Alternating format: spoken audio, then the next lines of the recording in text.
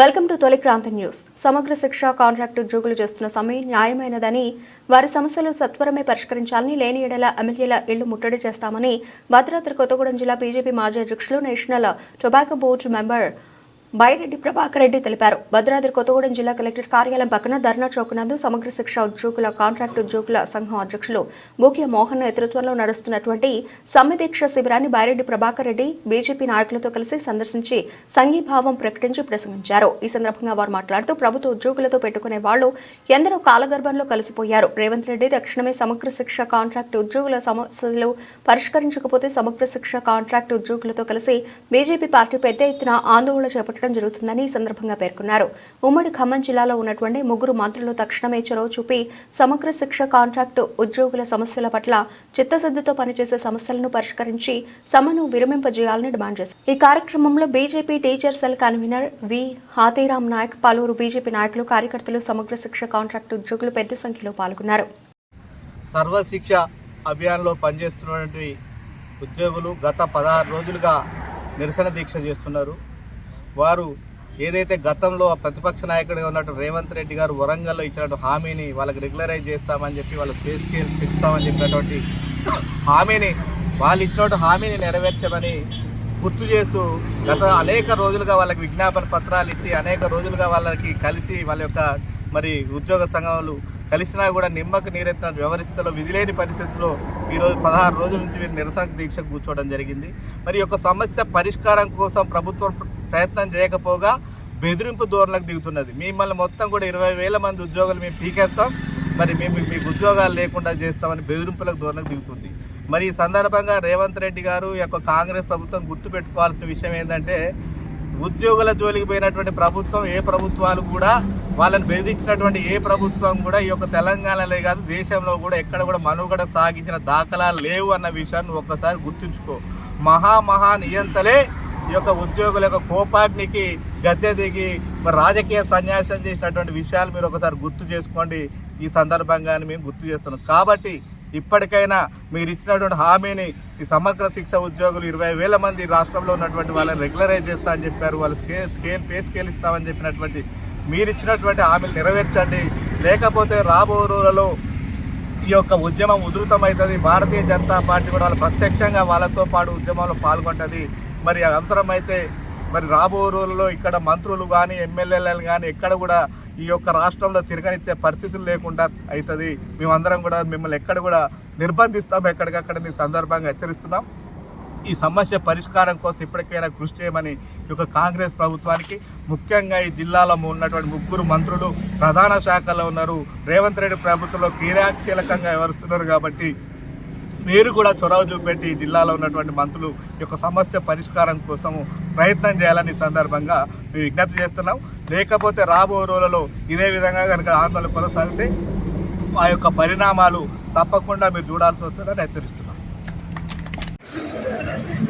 సమగ్ర శిక్షలో పనిచేస్తున్నటువంటి ఉద్యోగులు గత 16 రోజులుగా మొత్తం కుటుంబాన్ని వదిలేసి, మీరు పనిచేస్తున్నటువంటి పాఠశాలలు వదిలేసి ఇక్కడ నిరసన దీక్షలో 16 రోజులుగా కూర్చుంటుంది.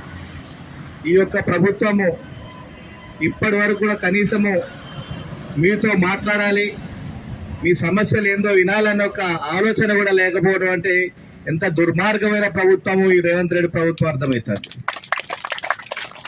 ఇక్కడ ఉన్న వాళ్ళు ఏమి గొంతమ్మ కోరికలు కోరట్లే.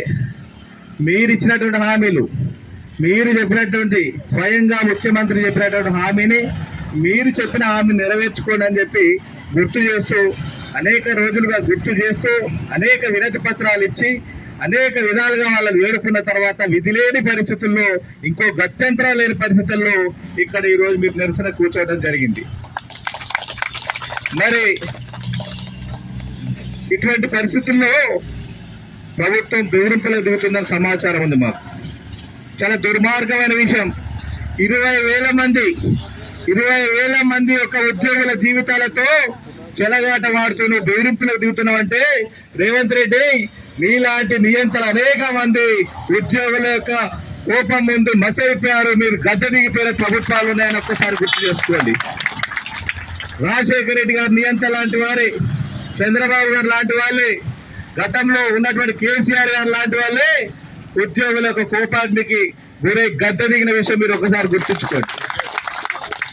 కాబట్టి ఇప్పటికైనా మేము చెప్తున్నాం, ఇక్కడ ఉన్నటువంటి 20,000 మంది ఉద్యోగులు, వాళ్ళ యొక్క కుటుంబాలు, వాళ్ళ పడుతున్నటువంటి బాధ, వాళ్ళ యొక్క వేదన, వాళ్ళ యొక్క శాపనార్థాలు మీకు తగులుతాయని సందర్భంగా చెప్తున్నాం.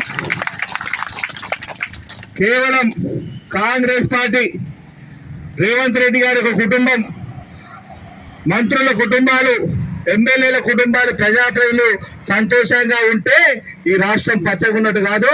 ఇక్కడ కూర్చున్నటువంటి నా ఆడబిడ్డలు, నా సోదరులు ఒక్కసారి చూడు, వాళ్ళ పడుతున్నటువంటి వేదన ఒక్కసారి చూడని సందర్భంగా రేవంత్ రెడ్డి గారిని గుర్తు చేస్తున్నాం. మీరు ఇదే విధంగా బెదిరింపులకు దిగితే మిమ్మల్ని గద్దె దింపడం కోసం ఇక్కడ ఉన్న 20,000 మంది ఉద్యోగులతో పాటు ఈ తెలంగాణలో ఉన్నటువంటి మొత్తం అన్ని వర్గాలు కూడా, సబ్బండ వర్గాలు కూడా వాళ్ళకి మద్దతుగా ఉంటాయి. రేవంత్ రెడ్డిని ప్రభుత్వాన్ని గద్దె దింపుతామని ఈ సందర్భంగా హెచ్చరిస్తున్నాం. ప్రజాస్వామ్యంలో నియంత్రణకి లేదు, స్థానం లేదన్న విషయం గుర్తుంచుకో. సమస్యల పరిష్కారం చేయడం కోసం ప్రయత్నం చేయి. నువ్వు ముఖ్యమంత్రి అయినావు, నువ్వే హామీ ఇచ్చినావు. అదృష్టవశాత్తు నువ్వు ముఖ్యమంత్రి అయినా వీళ్ళందరూ కూడా భావించారు, మా సమస్యలు పరిష్కారం అయితే అనుకున్నారు. కానీ దురదృష్టవశాత్తు నువ్వు నీచమైన రాజకీయాలకి పాల్పడుతూ ఏ విధంగా అన్ని వర్గాలు మోసం చేస్తున్నావు. ఈరోజు మా యొక్క సమగ్ర శిక్షలో ఉన్నటువంటి వాళ్ళను కూడా మోసం చేయడం కోసం ప్రయత్నం చేస్తున్నావు. కాబట్టి మేము ఈ సందర్భంగా చెప్తున్నాం, ఏదో మరి మంత్రివర్గ సమావేశం ఉంది, ఆ యొక్క మంత్రివర్గ సమావేశాలైనా మాకు సానుకూల నిర్ణయం వస్తుంది మీరు అందరూ ఆశపడుతున్నారు. మేము కూడా ఆ విధంగా రావాలని మేము కూడా ఆశపడుతున్నాం.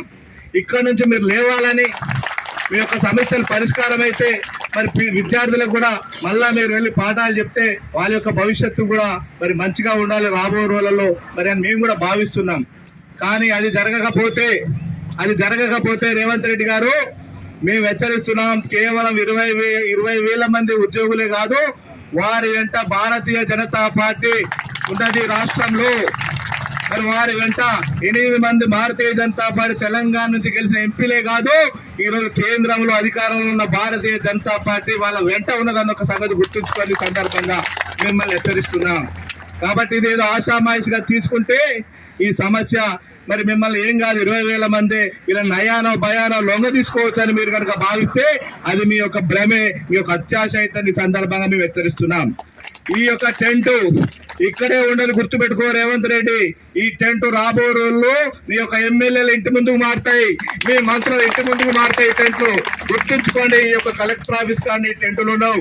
రాబో రోజులు ఇదే విధంగా నిర్లక్ష్యంగా ఈ యొక్క సమస్య పరిష్కారం కోసం కనుక మీరు చొరవ చూపెట్టకపోతే ఈ టెంట్లు రాబో రోజుల్లో మీ యొక్క ఎమ్మెల్యేల ఇంటి ముందు, మీ మంత్రుల ఇంటి ముందు ఉంటాయని చెప్పి సందర్భంగా హెచ్చరిస్తున్నాం.